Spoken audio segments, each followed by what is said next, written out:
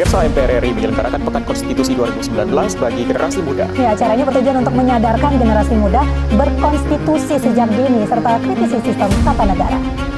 Pemirsa, generasi muda memiliki peran penting untuk terlibat dalam membangun bangsa dan negara. Untuk itulah Partai Perindo terus mendorong generasi muda untuk ikut dalam kancah politik tanah air.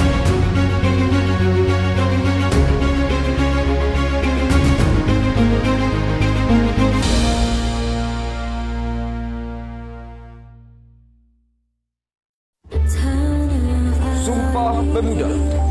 Kami, putra dan putri Indonesia, mengaku bertumpah darah yang satu, tanah air Indonesia. Kami, putra dan putri Indonesia, mengaku berbangsa yang satu, bangsa Indonesia.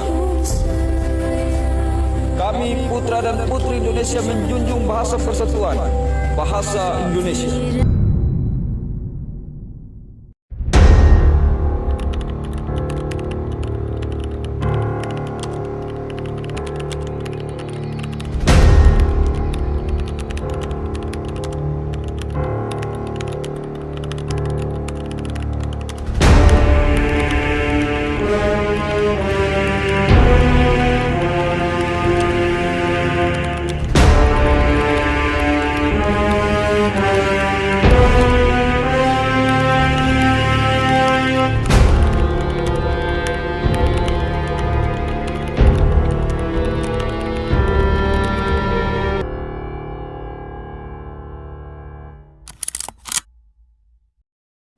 Kita semua tahu bahwa konstitusi adalah dasar hukum tertinggi di negara ini. Tapi, coba kita bahas secara terbuka. Apakah generasi muda hari ini masih peduli pada konstitusi atau hanya sekedar hafal pasal tanpa makna? Silakan dari pihak dulu. Saya percaya generasi muda sekarang justru semakin sadar. Banyak dari kita juga ikut diskusi, ikut demo damai, juga membuat video tentang hak asasi dan kebebasan berpendapat. Seperti UUD 1945 itu bukan cuma teks, tapi juga senjata demokrasi, dan kita harus menjaganya. Rasa sih itu terlalu optimis ya. Banyak teman-teman saya yang bahkan nggak tahu bedanya konstitusi dan undang-undang biasa. Karena kita terlalu sibuk dengan media sosial, hiburan, dan sertifikat hidup sehari-hari. Bicara soal konstitusi, itu rasanya jauh banget. Kayak urusan orang penting, bukan kita-kita. Justru karena itu, kita harus mulai dari sekarang. Kalau kita terus-menerus menganggap bahwa itu adalah urusan orang atas, maka mereka akan dengan gampang mengendalikan kita. Dan itu sangat amat bahaya untuk generasi kita selanjutnya.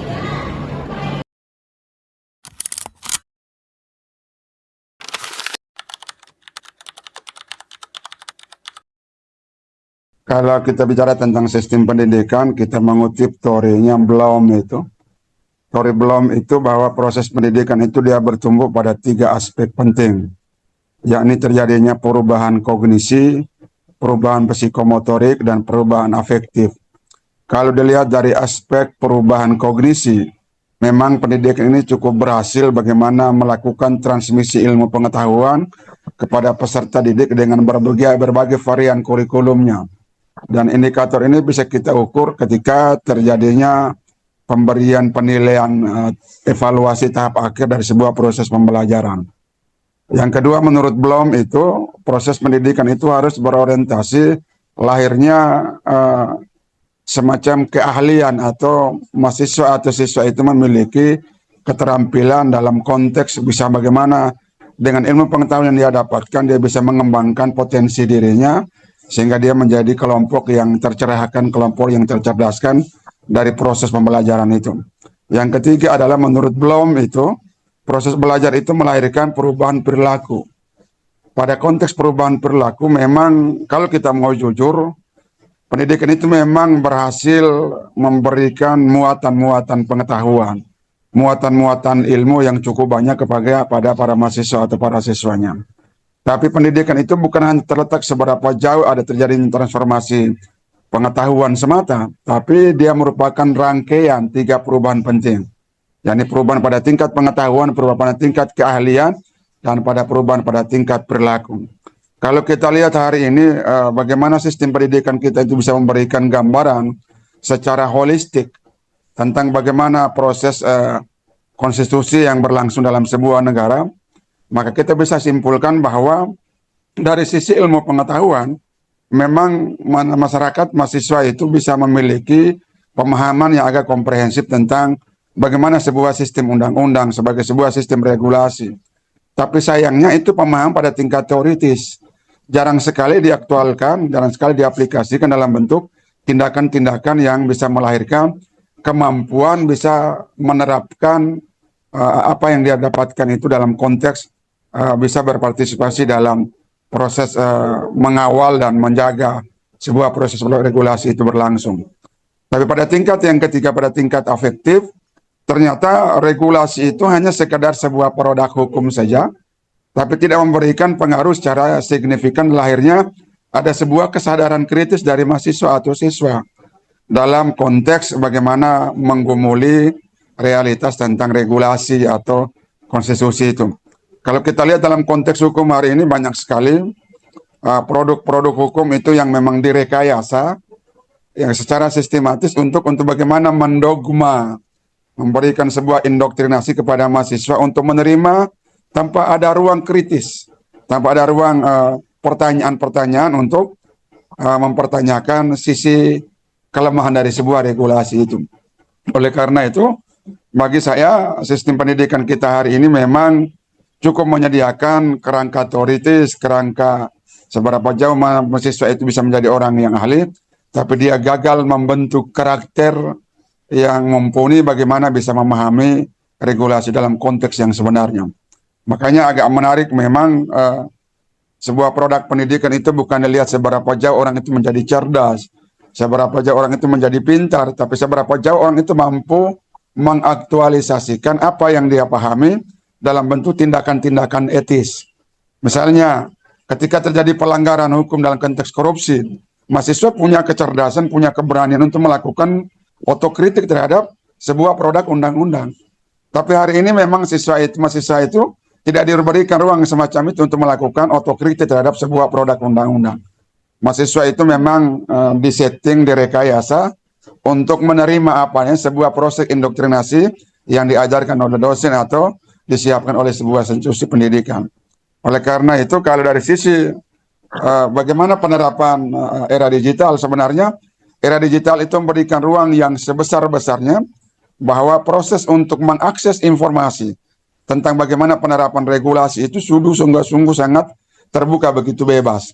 Tapi sayangnya ruang digitalisasi ini belum dimanfaatkan secara maksimal, mungkin karena ada semacam ada hambatan psikologis, karena persoalan dimensi digital ini juga punya pengaruh. Kalau kita salah melahirkan sebuah analisis politik atau membangun perspektif baru, itu juga menjadi sebuah tontonan publik yang bisa dikritisi bahwa ini mahasiswa ini tidak memiliki kontribusi apa-apa terhadap sebuah produk undang-undang. Oleh karena itu hari ini kalau saya ingin menyimpulkan bahwa secara teoritis memang pendidikan itu berhasil mengedukasi, melakukan transformasi, memberikan pembekalan sisi ilmu pengetahuan, tapi dari sisi pembentukan karakter, partisipasi mahasiswa dalam mengkritisi sebagian dari proses regulasi itu masih dalam bayang-bayang ketakutan yang begitu luar biasa. Makanya kegagalan sistem pendidikan kita hari ini juga cukup laten kalau kita lihat bagaimana praktek konstitusi itu cenderung berlawanan dengan fakta realitas yang terjadi dalam kehidupan kita sehari-hari. Konteks hukum itu kan dia harus bergerak melahirkan dimensi keadilan, dimensi pemerataan untuk mendapatkan perlakuan hukum yang adil. Tapi ternyata pada fakta fenomenologis, hal ini menjadi anomali yang sangat kita sesalkan. Oleh karena itu tugas mahasiswa adalah bagaimana melakukan otokritik dengan senantiasa membangun relasi, dengan senantiasa membangun jaringan, bagaimana bisa mengkritisi. Karena mahasiswa itu adalah agen perubahan yang bisa menentukan blueprint atau cetak birunya sebuah peradaban. Kalau mahasiswa itu dianggap sebagai lokomotif peradaban, tidak memainkan peran instrumental semacam ini, maka kita dianggap sebagai kelompok mahasiswa yang berada di Menara Gading yang tidak punya kontribusi apa-apa, hanya sekedar menyelesaikan betapa banyaknya SKS dalam sebuah sistem pembelajaran.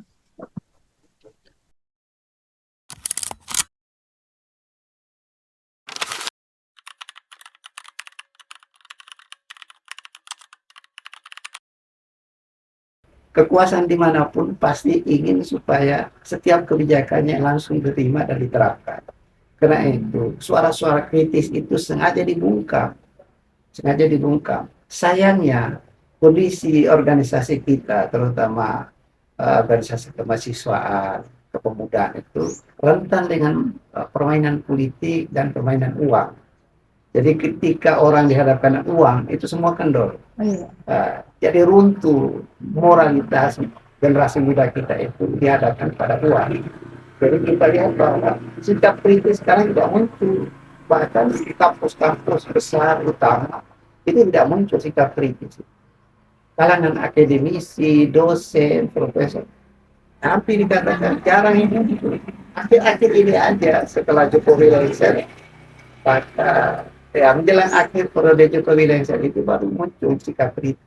Tapi sepanjang 10 tahun itu pembungkaman itu nyata dan kelihatannya para akademisi, para mahasiswa kita, bahkan aktivis kita itu dijinakkan dengan cara-cara yang persuasi uang, bahkan diberi jabatan komisaris di mana-mana. Petinggi-petinggi organisasi mahasiswa kita itu bahkan diberi jabatan komisaris. Itulah yang menyebabkan mereka tidak kritis. Bahkan kami sendiri itu sangat tidak kritis. Kasus Rempang misalnya yang menelan korban di mana-mana, kasus-kasus besar yang melibatkan rakyat dengan pemerintah itu sikap kritis HMI tidak muncul. BMI apalagi. Bahkan kami yang diharapkan untuk menjadi fasilitator antara pemerintah dan rakyat itu bukan, tidak bersuara. Ini yang menyebabkan kegelisahan kita sebagai orang yang pernah terlibat dalam organisasi. Dulu itu setiap kali kegiatan atau kebijakan pemerintah yang tidak berpihak pada rakyat, itu kita demo besar-besaran. Jadi, tapi sekarang itu tidak terlihat. Hanya sesekali saja baru demo. Itu pun kalau sudah dipersuasi dengan uang dan jabatan, itu kembali lagi ciut gitu. Itulah yang membuat masa depan generasi kita itu dalam tanda petik itu ada mengkhawatirkan. Karena mereka padahal generasi muda itu kan disebut-sebut sebagai agent of social change, agen perubahan sosial, tapi dia tidak mampu mengartikulasikan sikap kritisnya itu dalam wacana publik. Jadi wacana publik itu tidak muncul. Mahasiswa, aktivis itu seolah-olah tidak mampu memberikan diskurs ya, memberikan diskurs publiknya itu sebagai alternatif dari wacana mainstream. Jadi dia tidak memberikan alternatif wacana ketika dihadapkan pada problem antara pemerintah dan masyarakat. Mereka relatif cenderung berpihak pada pemerintah, bukan kepada rakyat. Lebih-lebih lagi wakil rakyat kita di DPR itu kasihan sekali. Namanya wakil rakyat tapi tidak mewakili rakyat. Dia justru bersuara mewakili pemerintah. Nah inilah sebenarnya, padahal mereka wakil-wakil rakyat dulu itu para aktivis. Masalah para aktivis, mereka itu aktivis yang kritis di masanya. Tapi begitu masuk di dalam ruang parlemen, dia menjadi dipersuasi, didekati dengan pola-pola materialistik itu. Jadi dengan uang dan janji jabatan itu mereka kemudian tidak bisa bersuara kritis. Apalagi yang namanya anggota parlemen itu kan dia dibatasi oleh kebijakan partai politik. Jadi begitu partai politiknya bilang A, ikut A. Partai politik bilang B, dia tidak bisa bersuara mewakili dirinya sendiri. Padahal dia wakil rakyat, mestinya dia bersuara atas nama konstituen, bukan atas nama partai. Ini logika yang berbalik-balik buat oleh para aktivis politik kita. Ya, yang kita sayangkan generasi muda kita tidak kritis melihat ini. Anggota DPR kita diam, mahasiswa kita diam, rakyat kita apalagi. Kenapa rakyat itu terwakili oleh kekuatan-kekuatan intelektual, apakah itu kampus, mahasiswa, organisasi, Muhammadiyah, NU, semua itu adalah organisasi atau instrumen masyarakat untuk menyuarakan aspirasi. kepada pemerintah. Dan pemerintah sebagai orang yang diserahkan rakyat atau mandat yang diberikan rakyat untuk mengelola mereka, bersikap represif. Dia tidak bersikap sebagai pelayan rakyat, tapi dia bersikap sebagai penguasa rakyat. Nah, ini dilema yang kita hadapi hari ini. Dan ini kita harapkan demokrasi tumbuh jika pemerintah itu menyadari bahwa dia itu pelayan rakyat, bukan penguasa rakyat. Kira-kira.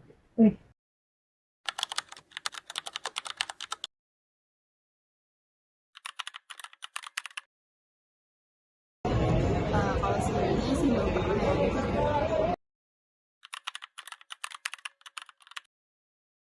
Menurut saya pribadi sebenarnya sama-sama konstitusional karena demonstrasi itu juga salah satu bentuk kebebasan untuk berpendapat, kebebasan untuk berserikat, berekspresi.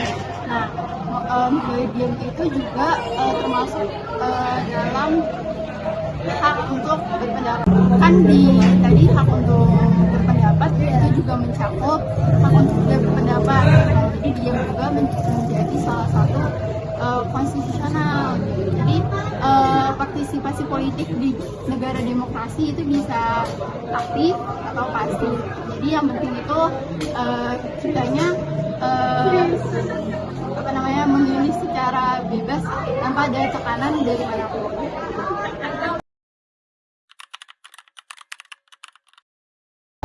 Yang saya alami sih saya pernah coba bersuara lewat sosmed. Itu tantangannya tuh karena saya merasa di sosmed pun tidak aman, artian saya tidak bisa bebas. Itu karena tidak bisa bebas itu ada banyak tekanan dari ya bisa aja netizen, bisa aja orang yang terdekat yang berbeda pendapat nih dengan kita. Jadi orang terdekat itu memikir kalau orang yang berbeda pendapat itu musuhnya gitu.